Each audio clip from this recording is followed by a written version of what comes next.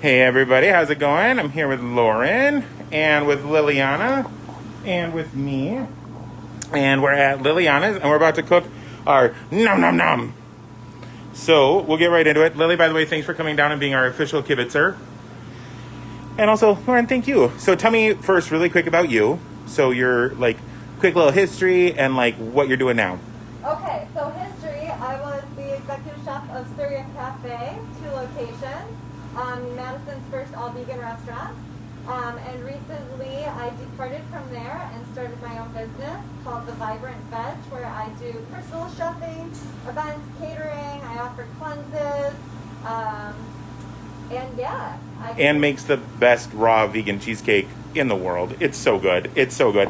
Seriously, guys, as someone who loves cheese and cream and butter, it's like the yummiest thing in the whole wide world. So good. And I sell those off of my website as well. Oh, if you want cool. to buy your own. What a nice plug. Yeah. So why don't you walk me through a little bit the ingredients that we're going to be cooking with the nom nom nom? Okay, so right there we've got some beautiful colored cherry tomatoes from Raleigh Hillside Farm. Some onions that I've pre-cut. We've got some thyme. We've got some garlic that comes from Vitruvian Farms. We've got a pesto that I've already made with Raleigh Hillside Farm basil and hemp leaves. That's hemp, you guys. It's not weed. It's not. It's just the leaves. There's no psychoactive property in the leaves, only the flower. Then we've got some Lonesome Stone, fine ground polenta. We have some nutritional yeast. We have some coconut milk. We have some oyster mushrooms from Vitruvian Farms. And let me just show you this beautiful bag that is going to come in.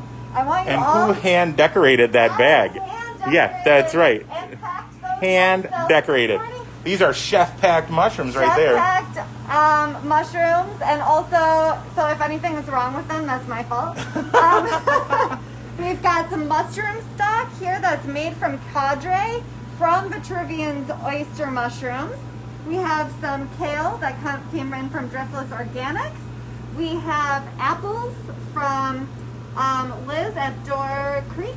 And then we also have a mix here that I have pre-made for all of the boxes. It is Wisconsin hazelnuts, dates, cinnamon, and a little bit of salt. And we'll be stuffing our apples with that. Yes. Then also, because we're not done with the logo, we also have balsamic that comes from Safi Foods near Milwaukee. It's really, really good and also can be purchased on Vitruvian's website. It is really good, and it's an all local balsamic. Whoever thought you'd have that? You wouldn't think I don't so. think Dan Bonanno will believe that it's a real balsamic because it's not from Italy, but I know, we've already discussed it. It's not. He's shamed it already, but... and then in back, in back, we also have more coconut milk, some cornstarch, some vanilla, but we also have Little Man maple syrup, fresh maple syrup, which is delicious and also comes locally. Yum. Okay, so what do we get started first? All right, so the first thing that you're going to do, because it takes probably about 35 minutes in the oven, is you're going to get your apples ready. So this is going to be super easy because I've done a lot of the work for you just in case any of my peeps at home don't have a food processor. So you're going to core your apple. So you're just going to make sure that all of the seeds are gone. It looks really nice now that it's oxidized. But you're going to just kind of carve out the middle there, ensuring that all the seeds are gone, but there's about an inch to a half of an inch left in the bottom, so that when you fill it, it holds in that filling. So then we're just going to... This is so easy. This is the easiest thing to do for a fall dessert. You literally just do that. And again, that was already done, but it's hazelnuts. Hazelnuts, dates, salt, and cinnamon. Yum. And that just goes into a food processor and gets blended up for you. Awesome. And then what do we do with it? And then I've got some boiling water here. Mmm. Delish. Bam. I know. Mmm. This is artisanal local. Artisanal local out of the Boiling Fitchburg water. Taps main water. So you're going to put that in there. You just want to fill it so that it barely touches that apple. And what this is going to do is going to create a nice steam for us just to start pre-cooking this apple. And there's that maple syrup, not in this dish, but this is the maple syrup that we got. Little man. Little man. going to go into the oven. Whoa! And we already, with TV Magic, we already got one kind of going a little bit, just so you guys could see what it looks like, without just being on hold for 35 minutes. All right. And Okay, then, now what? now I'm going to just start my liquid here for the polenta, because we want that to be at a nice simmer, so that when we add our polenta, it's actually a very, very quick process because it's a fine cornmeal. And then that is the mushroom stock. This is our mushroom stock. This is half the amount you'll get in your box, but this is 2 cups. You'll be getting 4. And you'll also be getting 1 full can of coconut milk that you'll add the whole can. But again, since I'm doing half, I've only got about a cup in there. And so I'm going to just reduce the heat here down to about a simmer. And you know what? It never hurts. Give it a little salt. Never hurts. Never hurts. Yeah, anytime you're making polenta, always season your liquid before you put the cornmeal in. You can always finish it a little bit, but it's always good to season it a little bit. All right. Then we can get our saute pan going, where we're going to start to work our veg here. What oil would you like? Yeah, any one of those, yeah. All right. So we're going to hit our pan with a little bit of oil here just to get it preheated. And then what are we going to be cooking? Then we're going to put in our onions. So you'll have a whole onion, and what you're going to do with this is you're going to do a radial cut. Ooh. So, Way to use technical terms. I know.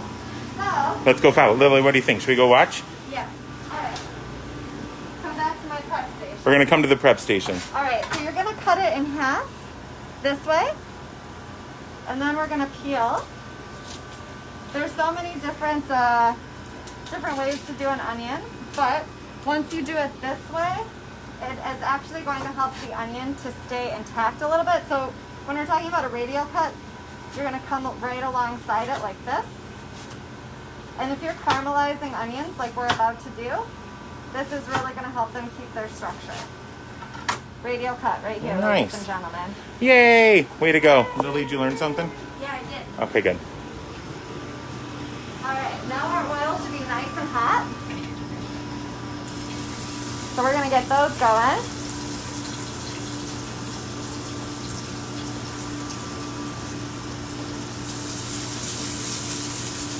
And we're going to just let those kind of turn translucent. Get that out of there. And now I'm going to talk to you about these mushrooms. So these are actually how they grow. They grow in these nice little clusters. And these actually grow in Wisconsin wild as well. So you might go along and see this just coming out of a tree. I'm not going to tell you. Yeah, don't always trust it. Don't always trust it, but... And they come in a ton of different colors, too. They've got yellow ones, and actually there's no falsies that look like this. So my husband and I have harvested about 35 pounds of these wild. Wow. In the woods here in Wisconsin. They even have pink ones, which Tiffy likes. Yes. So you can just go ahead and pull these apart, and you can use this whole thing. If you want to be quick about it, you can also just cut the end off, and there you go. There's these beautiful, beautiful mushrooms. Oh, they look gorgeous. They're gorgeous. So, we are going to come right back to our pan here and see how our onions are doing. We want Smell them great. just to have a little bit of color. Tiny bit. So this is perfect. So we can go ahead and now add in our mushrooms. We're just going to do a few of these.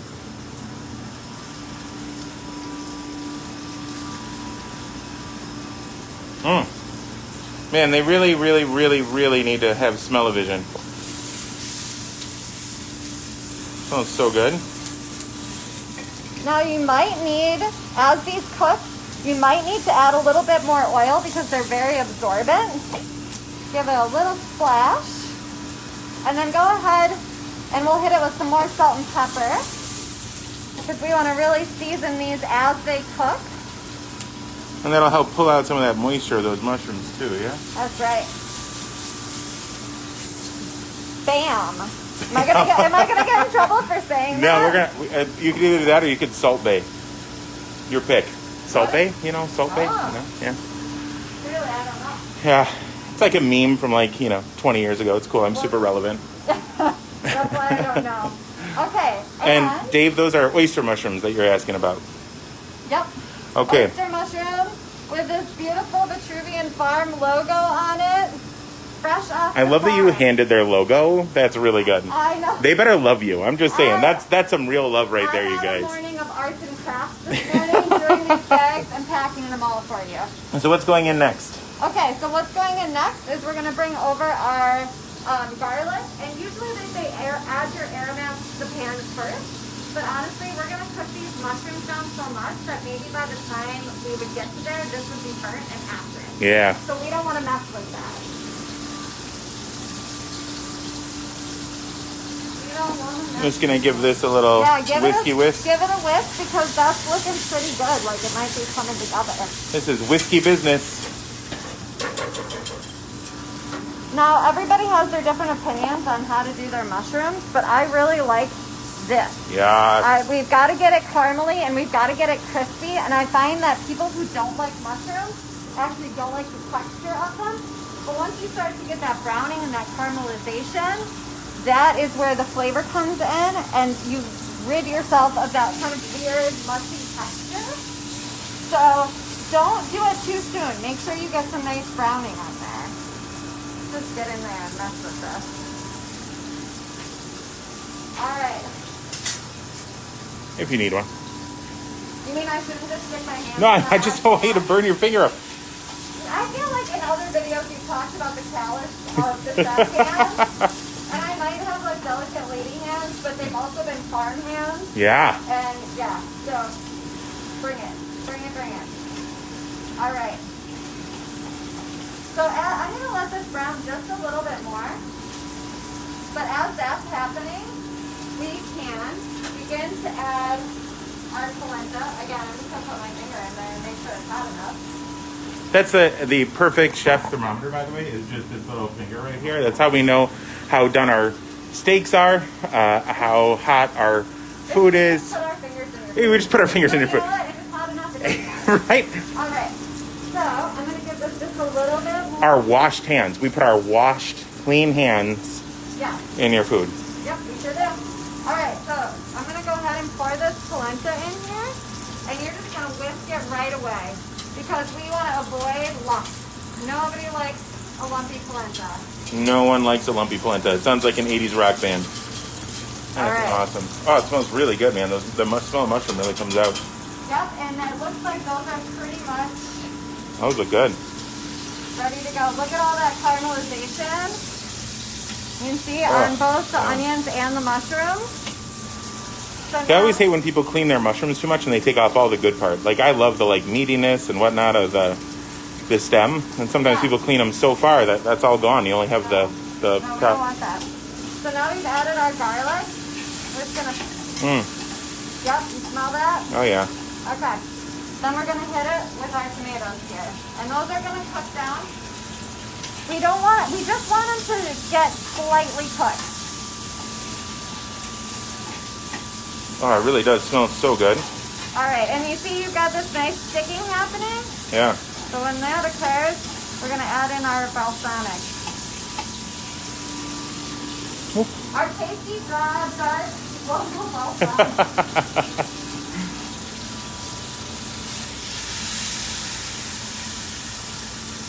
And now it's gonna add a different level of fragrance.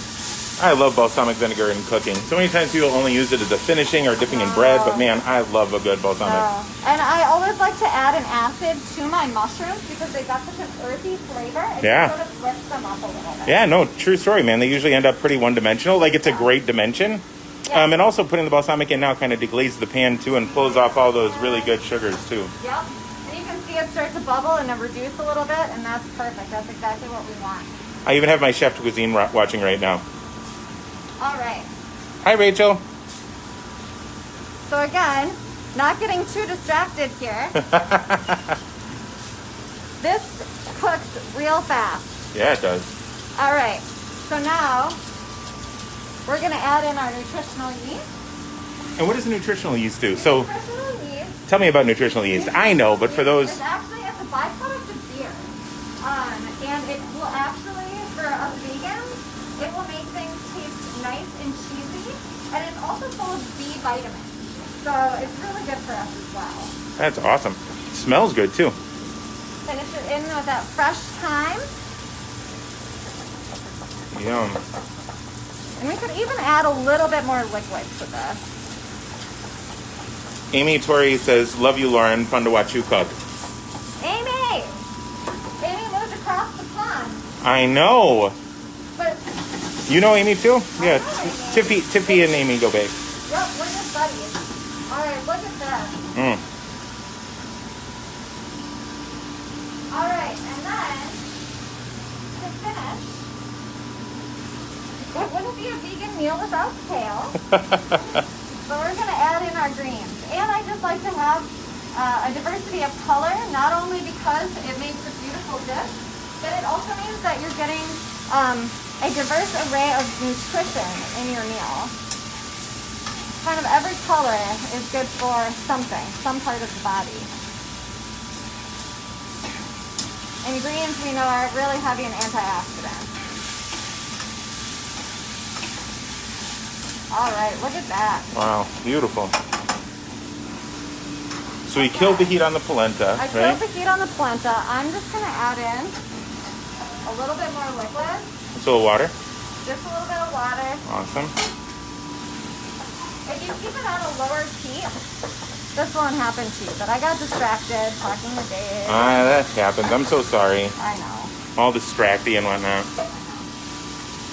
But if you have more stock or more coconut milk, that's always good to add. If you can add a flavorful liquid versus one without flavor, it's always going to benefit you. So when you're cooking your grains or you're cooking polenta, always best to use stock or something with flavor. So this is really the consistency that we're looking for. Oh, You can nice. see it's delicious.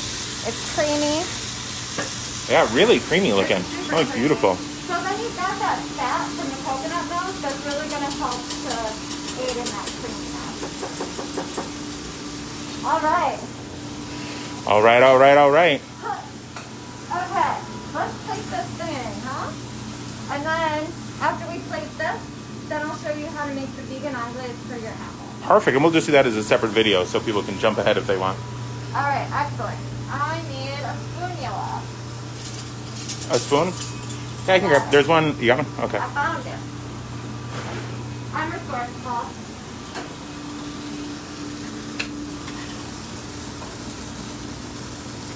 This always reminds me of Oliver Twist when they're serving up like the gruel. and- More? Yes, what? Do you want some more? Oh, vive. Oh, vive. Yeah, exactly. But you know what? It's not gruel. It's in fact delicious. Look at all of this caramelization. Look at this. Oh, so color. totally way to sell that basket. Yeah, I always think of this as gruel. You know, the stuff that, like, none of the boys wanted. Does this look like gruel though? No, it Does looks gorgeous. Does this look beautiful? If this is gruel, bring it on. I always love asymmetrical plating. I think it looks so good. I think as chefs, we're always so tempted to just jam everything in the middle. But then you lose, like, the beauty of the color contrast between them. And Let's get this. We're just going to do it all. yeah, that's a good Go call. big or go home. I Go mean, when big it's or all go- vegetables, you can eat a lot of them. Yeah. So good. All right. Oh, it's beautiful. So we've got this here. Never forget to wipe, you guys. Never. Your plates. Never forget to wipe your plates. It's just a good rule of thumb. It's a good. Hey, in today's day and age, I just feel like it's a good thing to bring up. Life lessons here from Chef Dave. Okay, so we have Beautiful this pesto. So that's the beautiful hemp, pesto. basil. Hemp, basil, garlic. I like to hit it with a little bit of lemon juice. And Hemp salt. seeds? Is that Hemp seeds, hemp seed? toasted. Awesome. And then you're just gonna finish it. Ugh, so pretty. So you've got like all of these deep flavors with like the cheesiness of the polenta. You've got the roastiness of the mushrooms and the caramelization of the onions. But then you've got this finishing sauce to really brighten it up. So you really hit all of those flavor notes. That's awesome. Hey, Nate Herndon's watching. Hey, Nate, how's it going, man? Ta-da! All right. Awesome. So there's Looks that dish. so good. And we're going to do a separate video. For Yeah, that. we're going to do a separate video for the anglaise. So Everyone, thanks so much for watching. We're going to do a separate video for the unglaze, so if you're free and you want to watch in another second, come watch. And thanks, Lauren. Appreciate it. Lily, thanks for being our visitor.